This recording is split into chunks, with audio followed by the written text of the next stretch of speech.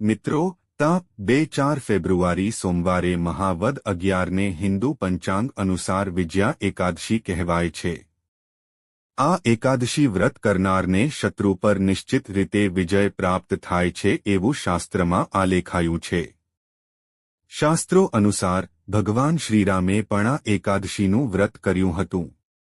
મિત્રો, પરંતુ એ જાણીએ તે પહેલા જો તમે પણ તમારા માતાજીના આશીર્વાદ મેળવવા માંગો છો તો કમેન્ટ બોક્સમાં જય શ્રી રામ હર હર મહાદેવ અને જય લક્ષ્મીમાં જરૂરથી લખજો.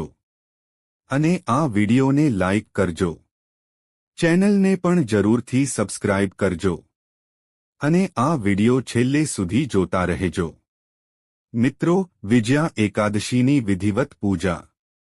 વહેલી સવારે સ્નાનાદિથી પરવારી ભગવાન વિષ્ણુજીની વિધિવત પૂજા પંચામૃત સાથે કરી નવા પિત્તળના કળશમાં શુદ્ધ જળ ભરી તેમાં 7 આસોપાલવના પાન રાખી તેની ઉપર ચંદન, સુપારી, અક્ષત મૂકી સપ્તધાનની રંગોળી બનાવી સુશોભિત કરી ધૂપ, દીપ પ્રગટાવી તેની શ્રદ્ધા ભક્તિપૂર્વક પૂજન કરવું જોઈએ અને બારસના દિવસે સૂર્યોદય પછી તે કળશમાં મૂકેલી ચીજવસ્તુ વહેતી નદીમાં વિસર્જિત કરી પિત્તળના કળશની સાથોસાથ દક્ષિણા સાથે બ્રાહ્મણને આપીને શુભાશીષ પ્રાપ્ત કરવી જોઈએ. મિત્રો, વિજયા એકાદશીની વ્રત કથા.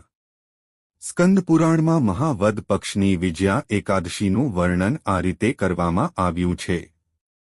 યુધિષ્ઠિર મહારાજજીની વિનંતી પર ભગવાન શ્રી કૃષ્ણ કહે છે, આ એકાદશીનું નામ વિજયા એકાદશી છે.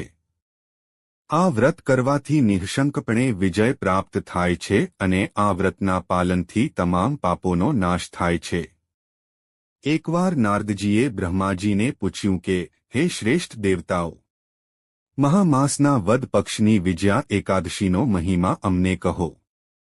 નારદજીની જિજ્ઞાસાનો જવાબ આપતા બ્રહ્માજીએ કહ્યું, નારદજી, આ પ્રાચીન વ્રત ખૂબ જ પવિત્ર છે અને પાપોનો નાશ કરે છે.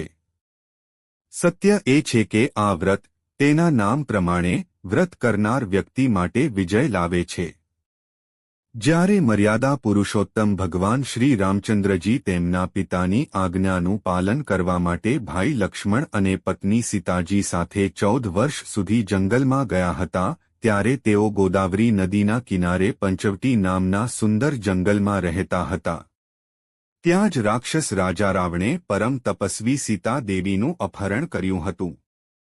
સીતાજીથી અલગ થવાને કારણે ભગવાન શ્રી રામચંદ્રજી અત્યંત વ્યથિત થઈ ગયા અને દરેક વનમાં સીતાજીને શોધવા લાગ્યા. એ જ રીતે મૃત્યુલક્ષી પક્ષી રાજા જટાયુ ભગવાન શ્રી રામચંદ્રજીને મળ્યા. જટાયુએ સીતાના અપહરણની સમગ્ર ઘટના ભગવાન શ્રી રામને સંભળાવી અને સીતાના અપહરણની સમગ્ર ઘટના સંભળાવ્યા બાદ ભગવાન શ્રી રામના આશીર્વાદ મેળવ્યા બાદ જટાયુએ પોતાનું શરીર છોડીને સ્વર્ગમાં ગયા. આ પછી ભગવાન શ્રી રામ સીતાજીની શોધમાં ઋષ્યમુખ પર્વત પર ગયા. ત્યાં તેણે વાનર રાજા સુગ્રીવ સાથે મિત્રતા કરી. ભગવાન શ્રી રામને મદદ કરવાના ઉદ્દેશ્યથી સુગ્રીવે પોતાની આખી વાનર સેનાને એકઠી કરી અને માતા સીતાને શોધવા વાંદરાઓને 10 દિશામાં મોકલ્યા. તેમાંથી પક્ષીરાજ સંપત્તિની સૂચના મુજબ હનુમાનજી સમુદ્ર પાર કરીને લંકા ગયા. ત્યાં તેઓ અશોક વાટિકામાં સીતાજીને મળ્યા અને ભગવાન શ્રી રામ દ્વારા તેમને આશ્વાસન આપવા માટે આપેલી નિશાની તરીકે જાનકીજીને વિનંતી અર્પણ કરી. તે પછી લંકા સળગાવી અક્ષય કુમારની હત્યા વગેરે બહાદુરી બતાવ્યા પછી તે ભગવાન શ્રી રામચંદ્રજી પાસે પાછો આવ્યો અને ભગવાન શ્રી રામજીને આખી વાર્તા સંભળાવી.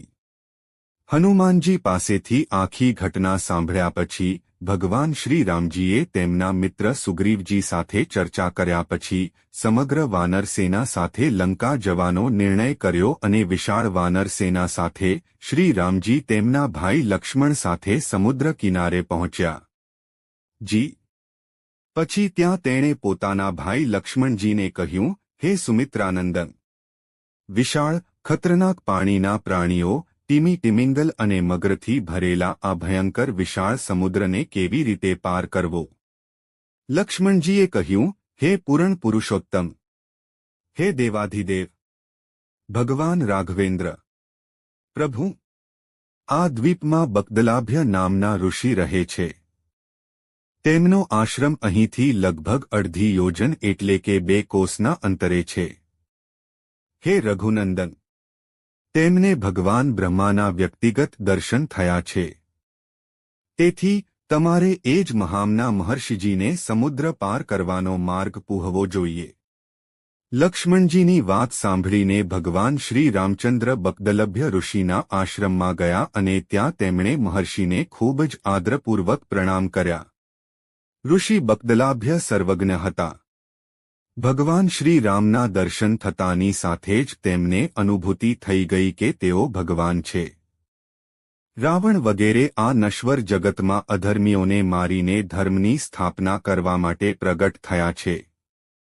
ત્યારે પણ ઔપચારિકતા રૂપે ઋષિએ પૂછ્યું કે હે પ્રભુ, હે ધર્મના સ્થાપક શ્રી રામ, તમે મારું મારા કુટીરમાં શા માટે સ્વાગત કર્યું? હું તમારા માટે કઈ સેવા કરી શકું? કૃપા કરીને ઓર્ડર કરો. ઋષિની વાત સાંભળીને ભગવાન શ્રી રામે કહ્યું, હે ઋષિ, હું યુદ્ધમાં દુષ્ટ રાવણને હરાવવા અને તેનો વધ કરવા મારી સેના સાથે સમુદ્ર કિનારે આવ્યો છું. પણ હું આ મુશ્કેલ સમુદ્રને કેવી રીતે પાર કરી શકું? કૃપા કરીને મને તેના માટે કોઈ સરળ ઉપાય જણાવો. તેથી જ હું તમારી પાસે આવ્યો છું. ભગવાન શ્રી રામની વાત સાંભળીને ઋષિએ કહ્યું, હે ભગવાન, હું તમને બધા ઉપવાસોમાં શ્રેષ્ઠ વ્રત વિશે જણાવીશ, જેને અનુસરીને તમે ચોક્કસપણે વિજય પ્રાપ્ત કરશો અને લંકા જીતીને તમે તમારી પવિત્ર કીર્તિ વિશ્વમાં સ્થાપિત કરશો. તમારે તે વ્રત ખૂબ પ્રેમ અને ભક્તિ સાથે પાળવું જોઈએ. તે વ્રત મહાવદ 11ને વિજયા એકાદશી તરીકે ઓળખાય છે.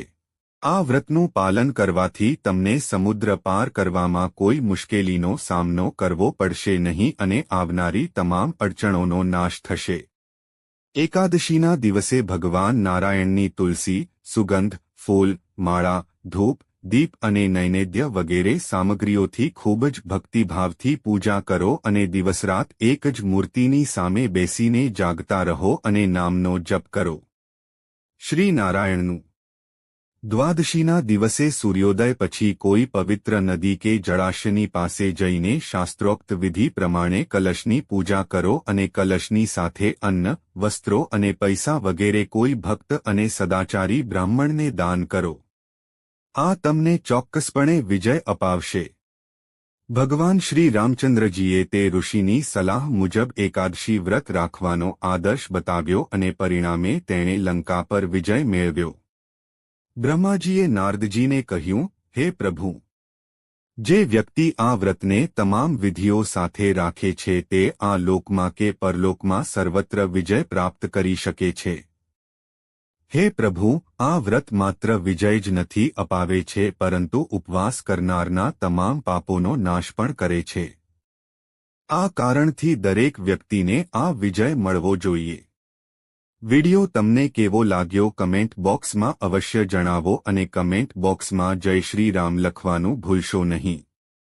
મિત્રો, આ વિડિયો પસંદ આવ્યો હોય તો વિડિયોને લાઇક કરજો, ચેનલને સબસ્ક્રાઇબ કરજો અને બાજુમાં આપેલા બેલ આઇકન પ્રેસ કરીને ઓલ પર પ્રેસ કરજો જેથી તમને વિડિયોની નોટિફિકેશન સૌથી પહેલા મળતી રહે. અને વિડિયો છેલ્લે સુધી જોવા બદલ આપ સૌનો આભાર.